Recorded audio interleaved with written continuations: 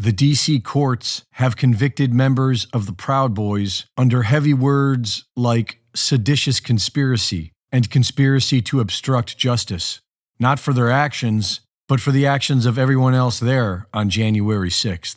According to defense attorneys, the feds had scores of agent provocateurs at the Capitol on January 6th, and they needed to ask the judge permission to inquire about them in court. Not just the FBI, but the Metropolitan Police Department in Washington, D.C. had informants in the Proud Boys. One of Mr.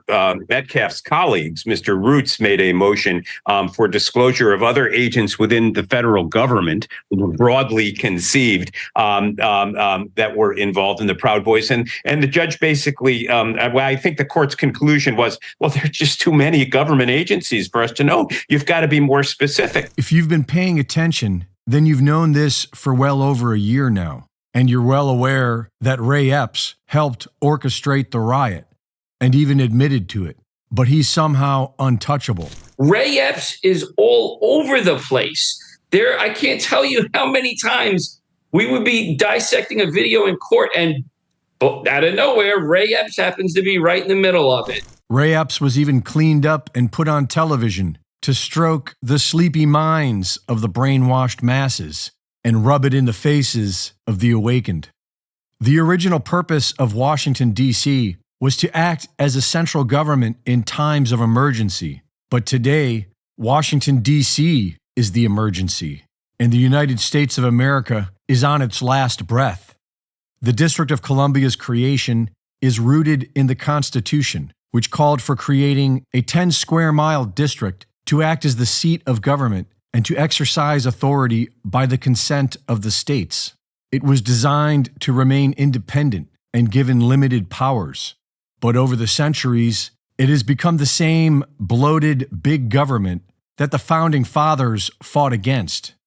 The executive branch of government has become so powerful in the United States that every living person in the nation has been helplessly subjected to its tyranny.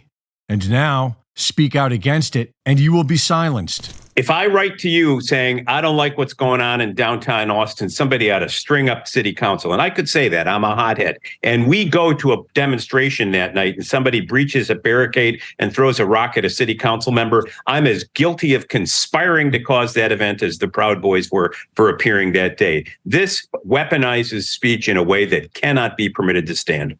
Alex, this weaponizes dissent to a whole nother level. Reporting for InfoWars, this is Greg Reese.